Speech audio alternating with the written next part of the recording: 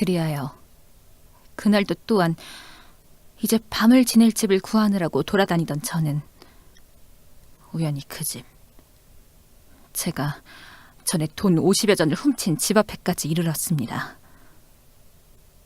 깊은 밤, 사면은 고요한데 그 집 앞에서 잘 곳을 구하느라고 헤매던 저는 문득 마음속에 무서운 복수의 생각이 일어났습니다.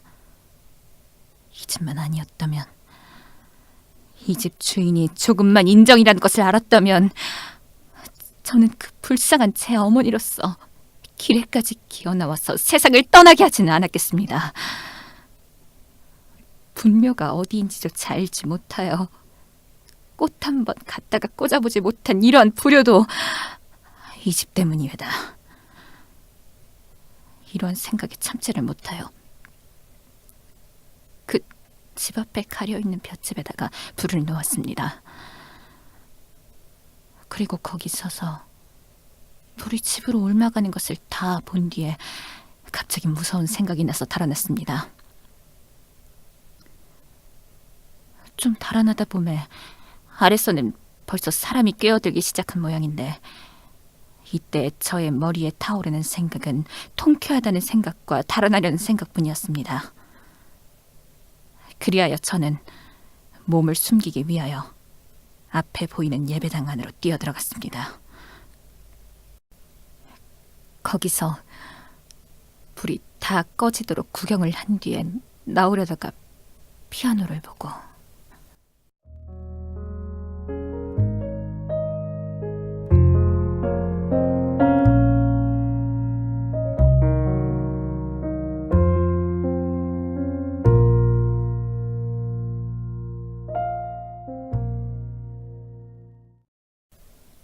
저는 그날의 일이 아직 눈앞에 어린 듯 하외다.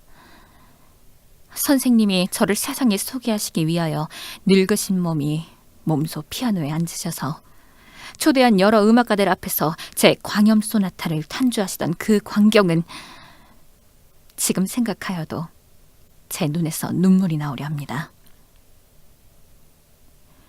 그때 그 손님 가운데 부인 손님 두 분이 기절을 한 것은 결코 광염 소나타의 힘뿐이 아니고 선생의 그 탄주의 힘이 많이 섞인 것을 뉘라서 부인하시겠습니까? 그 뒤에 여러 사람 앞에 저를 내어 세우고 이 사람이 광염 소나타의 작자이며 30년 전에 우리를 버려두고 혼자 간 일대의 귀재 백땡땡의 딸이외다. 그렇게 소개를 하여 주신 그때의 그 감격은 제 일생에 어찌 있사오리까. 그 뒤에 선생님께서 저를 위하여 꾸며주신 방도 또한 제 마음에 가장 맞는 방이었습니다. 널따랑 북향방에 동남쪽 귀에 든든한 참나무 침대가 하나, 서북쪽 귀에 아무 장식 없는 참나무 책상과 의자, 피아노가 하나씩, 그 밖에는 방 안의 장식이라고는 서남쪽 벽에 커다란 거울이 하나 있을 뿐, 덩더럽게 넓은 방은 사실 밤에 전등 아래 앉아있노라면 저절로 소름이 끼치도록 무시무시한 방이었습니다. 게다가 방 안은 모두 검은 칠을 하고 창밖에는 늙은 회나무의 고목이 한 그루 서 있는 것도 과연 귀기가 돌았습니다. 이러한 가운데서 선생님은 저로 하여금 방분스러운 음악을 낳도록 애써주셨습니다. 저도 그런 환경 아래서 좋은 음악을 낳아보려고 얼마나 애를 썼겠습니까? 어떤 날 선생님께 작곡에 대한 계통적 훈련을 원할 때 선생님은 이렇게 대답하셨습니다. 자네에게는 그러한 교육이 필요가 없어. 마음대로 나오는 대로 하게. 자네 같은 사람에게 계통적 훈련이 들어가면 자네의 음악은 기계화해버리고 말아. 마음대로 온갖 규칙과 규범을 무시하고 가슴에서 터져나오는 대로. 저는 이 말씀의 뜻을 똑똑히는 몰랐습니다. 그러나 대략한 의미뿐은 통하였습니다. 그리하여 저는 마음대로 한껏 자유스러운 음악의 경지를 개척하려 하였습니다. 그러나 그동안에 제가 산출한 음악은 모두 이상이도 저의 이전, 제 어머니가 아직 살아계실 때의 것과 마찬가지로 아무러한 힘도 없는 음향의 유의에 지나지 못하였습니다. 저는 얼마나 초자하였겠습니까? 때때로 선생님께서 책은 비스시 하시는 말씀은 저로 하여금 더욱 초조하게 하였습니다. 그리고 마음이 초조하면 초조할수록 제게서 생겨나는 음악은 더욱 나약한 것이 되었습니다. 저는 때때로 그 불붙던 광경을 생각하여 보았습니다. 그리고 그때의 통쾌하던 감정을 되풀이하여 보려 하였습니다. 그러나 그건 역시 실패에 돌아갔습니다. 때때로 비상한 열정으로 음보를 그려놓은 뒤에 몇 시간을 지나서 다시 한번 읽어보면 거기는 아무 힘이 없는 개념만 있고 하였습니다. 저의 마음은 차차 무거워지기 시작하였습니다. 그리고 큰 기대를 가지고 계신 선생님께도 미안하기가 짝이 없었습니다. 음악은 공예품과 달라서 마음대로 만들고 싶은 때에 되는 것이 아니니 마음 놓고 천천히 감흥이 생긴 때에 이러한 선생님의 위로의 말씀이 듣기가 제 살을 깎아먹는 듯하였습니다. 그러나 제 마음상은 이제는 제게서 다시 힘있는 음악이 나올 기회가 없는 것 같이만 생각되었습니다. 이러는 동안에 무의의 몇 달이 지났습니다. 어떤 날 밤중 가슴이 너무 무겁고 가슴 속에 무엇이 가득 찬 것 같이 거북하여서 저는 산보를 나섰습니다. 무거운 머리와 무거운 가슴과 무거운 다리를 지양 없이 옮기면서 돌아다니다가 저는 어떤 곳에서 커다란 볏짚 낯가리를 발견하였습니다. 이때 저의 심리를 어떻게 형용하였으면 좋을지 저는 모르겠습니다. 저는 무슨 무서운 적을 만난 것 같이 긴장되고 흥분되었습니다. 저는 사면을 한번 살펴보고 그 낯가리에 달려가서 불을 그어서 놓았습니다. 그리고 갑자기 무서움증이 생겨서 돌아서서 달아나다가 멀찌감이까지 달아가면서 돌아보니까 불길은 벌써 하늘을 찌를 듯이 일어났습니다. 왁, 왁, 꺄, 꺄 사람들이 부르짖는 소리도 들렸습니다. 저는 다시 그곳까지 가서 그 무서운 불길에 날아올라가는 볏짚이며 그 낯가리에 연달아 있는 집을 헐어내는 광경을 구경하다가 문득 흥분되어서 집으로 돌아왔습니다. 그날 밤에 된 것이 성난 파도였습니다. 그 뒤에 이 도에서 일어난 알지 못할 몇 가지 불은 모두 제가 질러놓은 것이었습니다. 그리고 불이 있던 날 밤마다 저는 한 가지의 음악을 얻었습니다. 며칠을 연하여 가슴이 몹시 무겁다가 그것이 마침내 식체와 같이 거북하고 답답하게 되는 때는 저는 뜻없이 거리를 나갑니다. 그리고 그러한 날은 한 가지의 방화 사건이 생겨나며 그날 밤에는 한 곡의 음악이 생겨났습니다.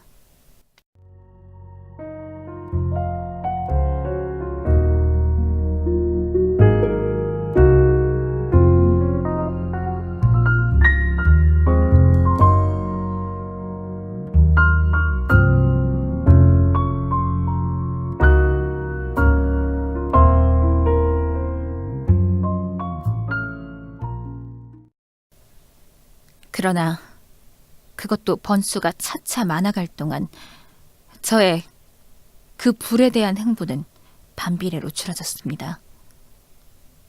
온갖 것을 용서하지 않는 불꽃의 잔혹함도 그다지 제 마음을 긴장시키지 못하였습니다. 차차 힘이 적어져가네. 선생님께서 제 음악을 보시고 이렇게 말씀하신 것이 그러한 때였습니다. 그러나 저는 개서 더할 도리가 없었습니다. 하는 수 없이 저는 한동안 음악을 온전히 잊어버린 듯이 내버려 두었습니다.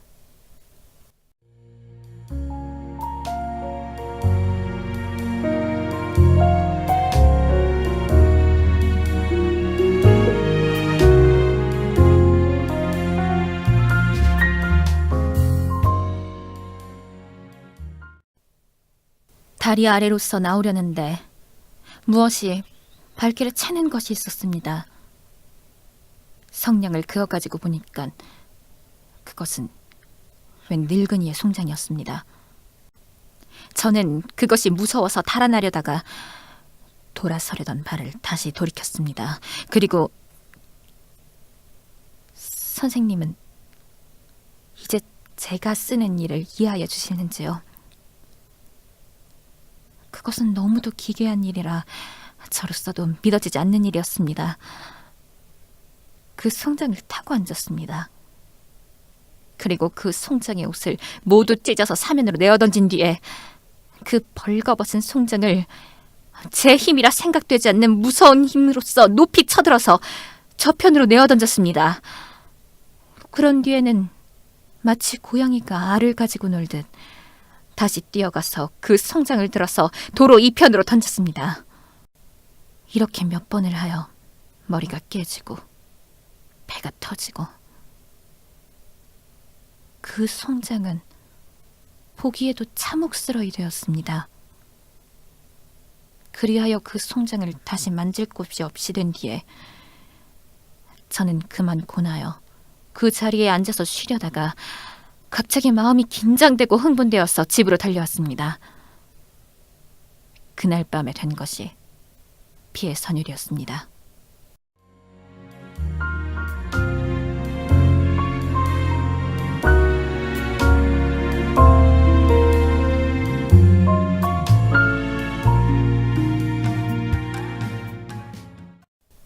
그 여자가 죽었다는 것은 제게는 사실 뜻밖이었습니다. 저는 그날 밤 혼자 몰래 그 여자의 무덤을 찾아갔습니다. 그리고 7, 8시간 전에 묻어놓은 그의 무덤의 흙을 다시 파서 그의 시체를 꺼내어 놓았습니다.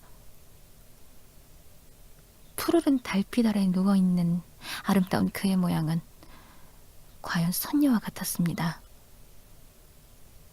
가볍게 눈을 닫고 있는 창백한 얼굴, 곧은 콧날, 풀어헤친 검은 머리, 아무 표정도 없는 고요한 얼굴은 더욱 처염함을 도왔습니다. 이것을 정신이 없이 들여다보고 있던 저는 갑자기 흥분이 되어 선생님, 저는 이 아래를 쓸 용기가 없습니다. 재판소의 조서를 보시면 저절로 아실 것이올시다. 그날 밤에 된 것이 사령이었습니다.